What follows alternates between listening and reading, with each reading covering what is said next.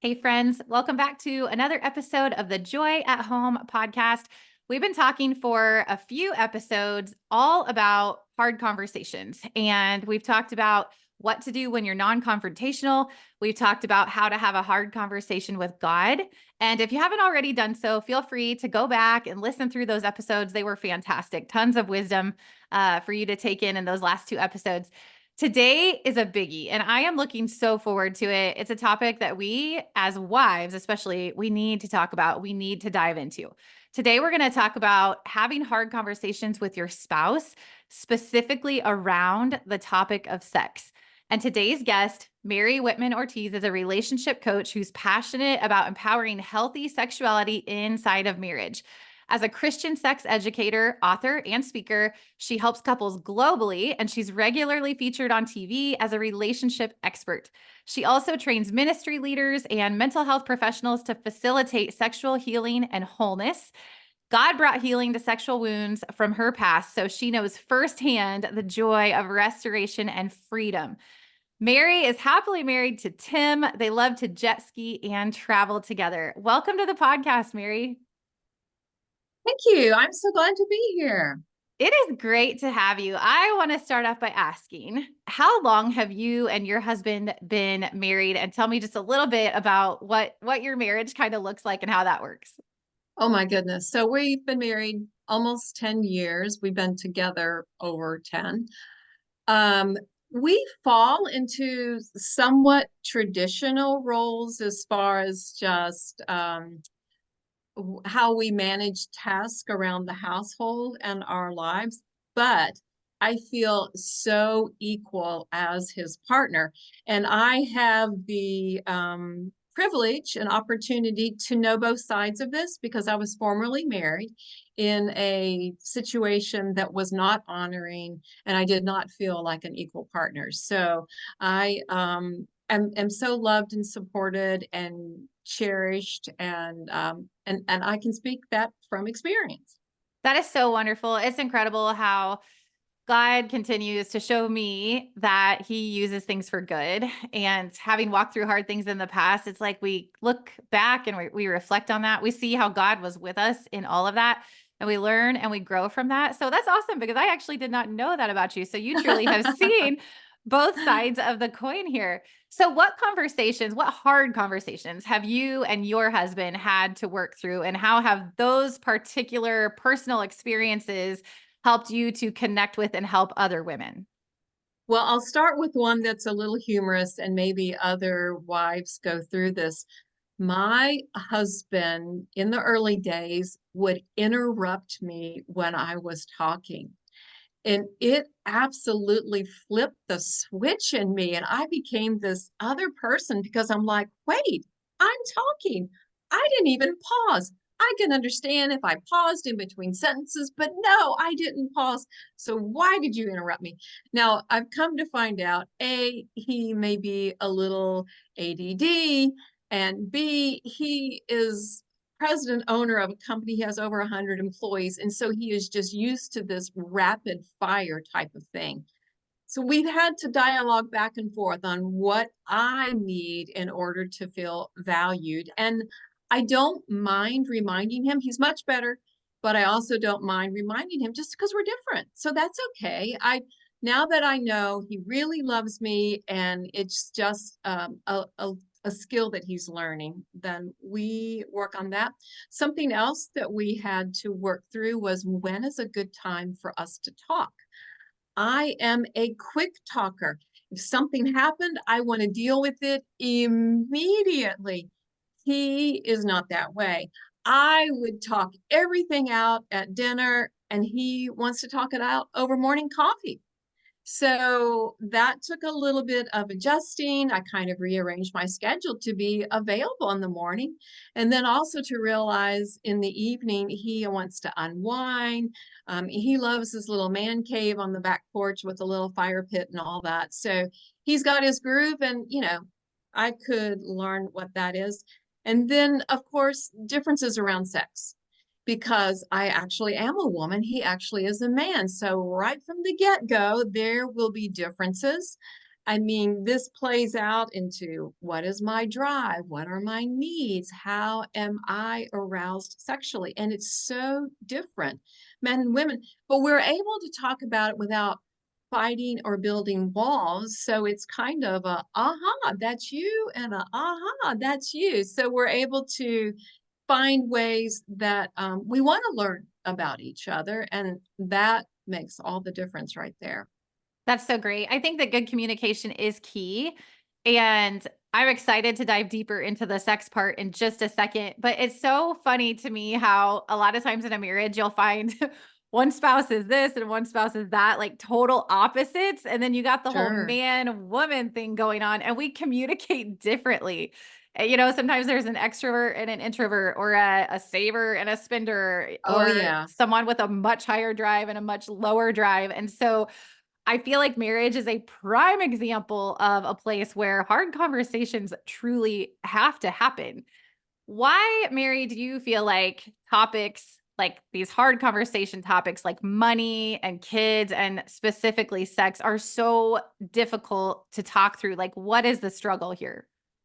I think a lot of fears get triggered, and so many things go back to your childhood. What was the feeling in your family home? Sometimes very specific things were said. Sometimes it was these messages that were just kind of absorbed.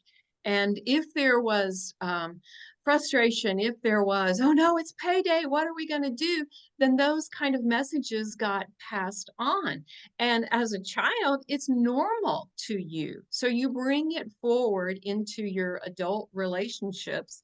And then, as you said, you have the differences that occur with your spouse, and you find out you're normal, and then their normal might actually collide. And you have to create something new that both of you are feeling okay with. So true. The childhood piece is bigger than I think most people realize, which is a whole nother conversation, but it definitely merits thinking about it and thinking about working through that. Okay, Mary, let's dive deep into sex. What are some tips for initiating good conversation around the topic of sex? And I also want to ask you, what parts of sex do you recommend that we bring up for discussion with our spouse in order to build trust and connection and intimacy? Things, specifically things like our past, our sex drive, or Mhm. our lack of. Let's hear all your best points on this. Well, some of it is really practical, and it has to do with logistics. Actually, my example earlier of my husband wants to talk in the morning, I want to talk in the evening. You have to find out when is the sweet spot for you. Now, also, we are empty nesters and we like to go out to eat. So I have found, just for routine conversations, we'll go to a restaurant and we'll place the order. And the time between when we place the order and it arrives, we can dive into some things. And what the idea of being in a public place, it's not like we're going to ever shout, but it does sort of create this neutral zone. It also has a hint of romance to it, so we can open up some things, but we had to find what worked well for us. So logistics, what's the good time? What are the vibes that you need? Some people want that really peaceful setting. Are we going to go on the back porch? Are we going to go for a walk? Is it when the kids are settled watching cartoons or having a nap that then the couple can find their spot? So just knowing when you will have the least interruptions, when you will be most available to kind of go vulnerable like that. So that's great on a practical level. And then thinking about what things you share and what things you don't share. Well, you have to figure out what is impacting you. And it is kind of that example of peeling an onion, that you if the things that you know right away, then you start to share, like, I had some really bad relationships, or I experienced some difficult things, even some molestation as a child. Big items like that, you would definitely need to share, because they're going to show up whether you talk about it. You're going to have weird communication. You're going to be suppressing things. So if it's a really big issue that you're already aware of, yes, you need to talk about it. But as you grow in your relationship, as God continues to heal you and love on you, there may be more things that you find out that you need to share. And if you have a common place of trust, if that's built into your relationship, then getting into those other issues won't be as difficult. I do have a slight pattern when I think about trust because that word, I mean, hey, you can trust your financial provider, your banking institution. I mean, trust just means so many things. So in a relationship, when I think about trust, it's being vulnerable with deep personal things. But it's difficult to have trust if you don't have your own self awareness and self confidence. And it's difficult to have self aware and confidence if you don't know your identity. And as believers, we can know our identity in God.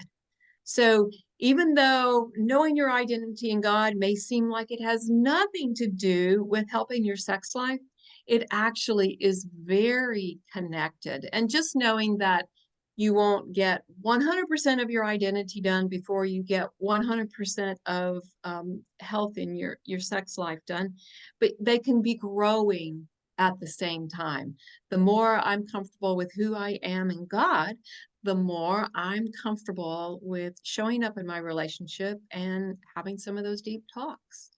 I really love that. I love the identity piece. And that also reminds me of just our roles as the wife and how we're called to love our husband and to serve our husband, and our needs are different. Women, I find, really need the intimacy, and men really need and want the physical, the sexual release. I mean, I think they definitely want to feel connected too, but the needs are a little bit different. Do you have any tips for handling that and addressing those differences with our husband in a way that is loving and honorable and helpful for both the husband and the wife?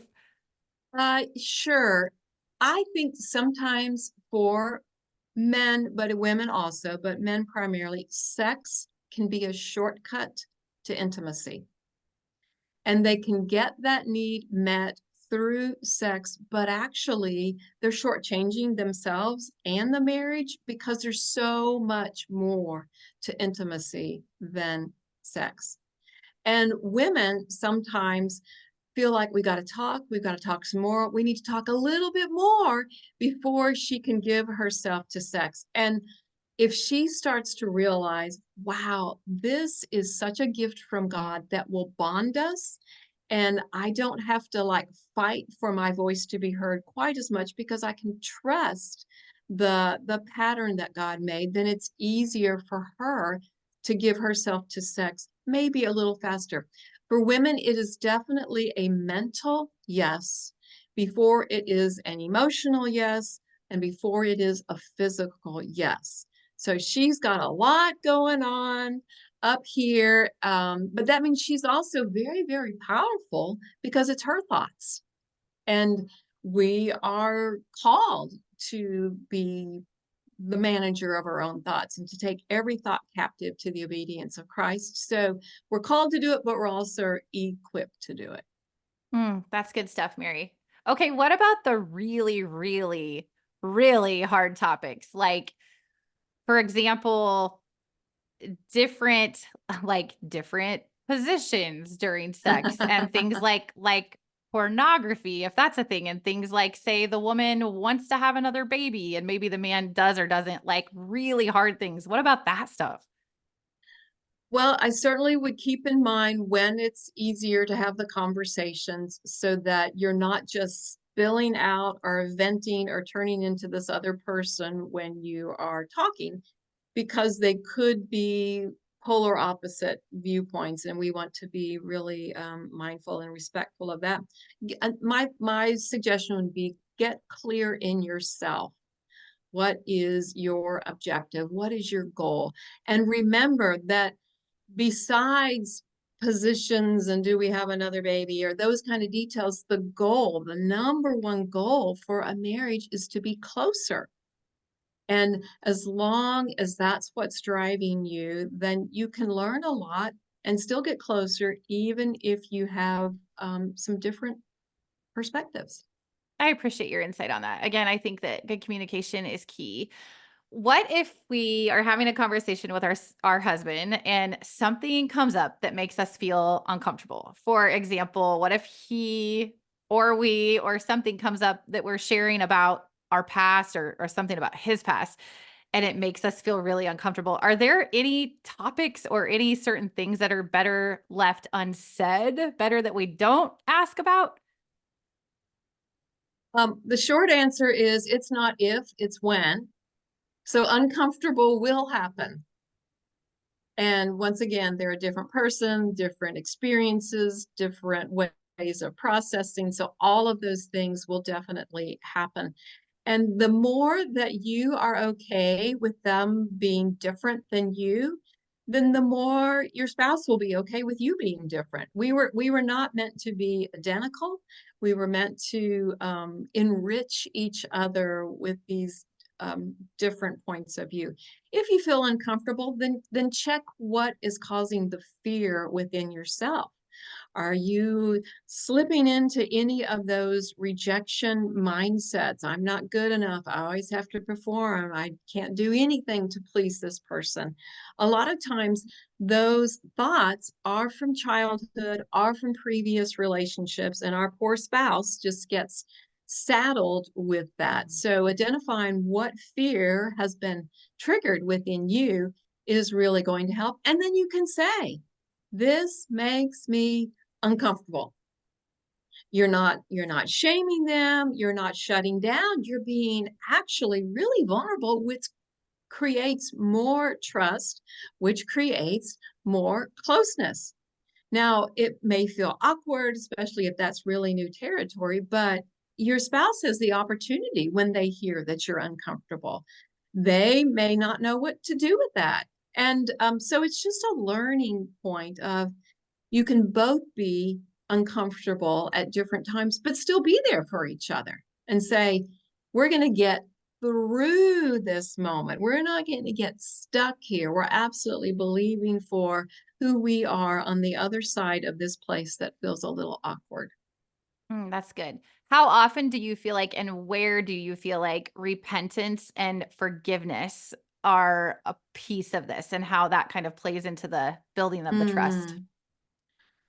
Mm. As often as it's needed. I love uh, thinking of repentance like a reset. I don't want to have these religious connotations that made it highlight the shame of your actions. Anytime we feel there's a block, anytime we feel there's distance, then we check our hearts with God first and then with our spouse.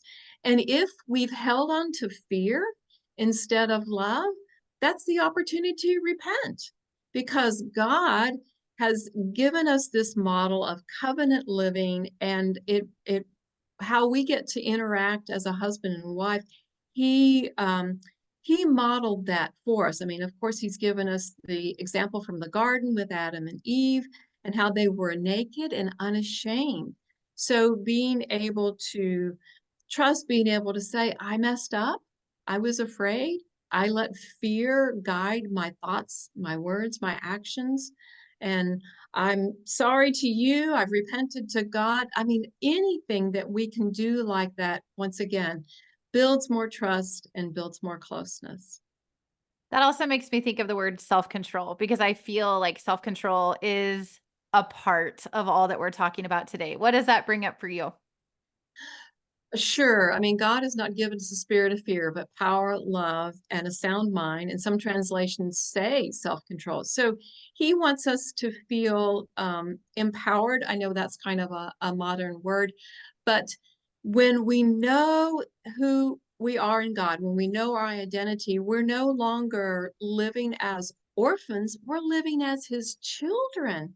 And his children have access to him. And he has equipped us to be powerful which means managing ourselves. And when we can manage ourselves, oh my gosh, it just reduces the anxiety in the relationship. And then each spouse feels more ready to show up and be authentic. That is so beautiful. I love this conversation, Mary. I feel like it keeps just bringing up wonderful things for me. That just makes me think of unity and the Mm, oneness that God talks about in a marriage when the two become yes. one. What do you feel like related to this conversation? What can you say about unity in marriage? Well, I'm going to go back to sex because it's a total person experience. God created us to become one, spirit, soul, and body. And that is an example of unity. And actually, to be integrated within yourself, united within yourself, so that you are aware of what's happening in your spirit, in your soul, in your body. And then that's what you bring to the relationship. So you get to do a lot of work on you, and then that will ultimately help the relationship and grow the unity. I find that so encouraging. And I think that sex gives us a beautiful opportunity to have self-control and Mm. to take our thoughts captive. I know especially as women, oh my goodness, I struggle with this. I don't know if it's all women or just me, but I'm guessing that it's a lot of women. Even in bed with my husband, my mind is just going. I mean, everything from what kid has what going on tomorrow to the to-do list to finances to all the things. And I think if Oh, we could yeah. just like really take that captive and rein it in and really focus on the beautiful gift that God gave us and the unity and being one with our husband and building that connection and intimacy and that relationship. I find that really encouraging. And I think that these hard but healthy conversations are such an important part of the whole. Mary, as we come to a close here today, Mhm. do you believe that having hard conversations about sex can and or will lead to a healthy, fulfilling sex life for both the husband and the wife? 100%. Absolutely. It is worth the awkwardness of the conversation that may be sort of new or being developed because absolutely you will feel healthier and then you will feel stronger and you can face anything together when you have that strength within your marriage. I find that so encouraging. I've been married for I think it's 18 years this summer. Yay! That's bad. I can't remember. It's 18 or 19 this summer. We're closing in on 20 years already, which is so crazy. But I just want to encourage all the listeners, even being married that long, just about a week ago, my husband and I had to have a really hard and very awkward conversation around the topic of sex. And we came out so much closer on the other side. So, Mary, I just want to thank you for everything that you shared today and all the encouragement and the truth and the wisdom that you brought about this topic. Would you share with listeners where they can connect with you or follow along with you? Absolutely. So I have a YouTube channel. I'm on Instagram, Facebook. So all of it is under my name, Mary Whitman, Whitman, Ortiz, Ortiz. And I have new videos every week. I have courses for couples training, ministry leaders, mental health professionals. Yeah, just love to help everybody get a view of sexual intimacy in marriage that was actually originated from God. Oh, that's so good. That's so good. So many great resources. Thank you so much, Mary, for all that you had to share today. It's truly been a joy having you on the podcast. Thank you, thank you, thank you. Absolutely, my pleasure. All right, friends, be sure and go check out all of Mary's awesome resources. What a great topic that we dove into today. I hope and pray that it really encouraged your heart and that it brings encouragement and helps strengthen your marriage. And we Mm. will catch you next time, same place. For now, we're signing off with joy.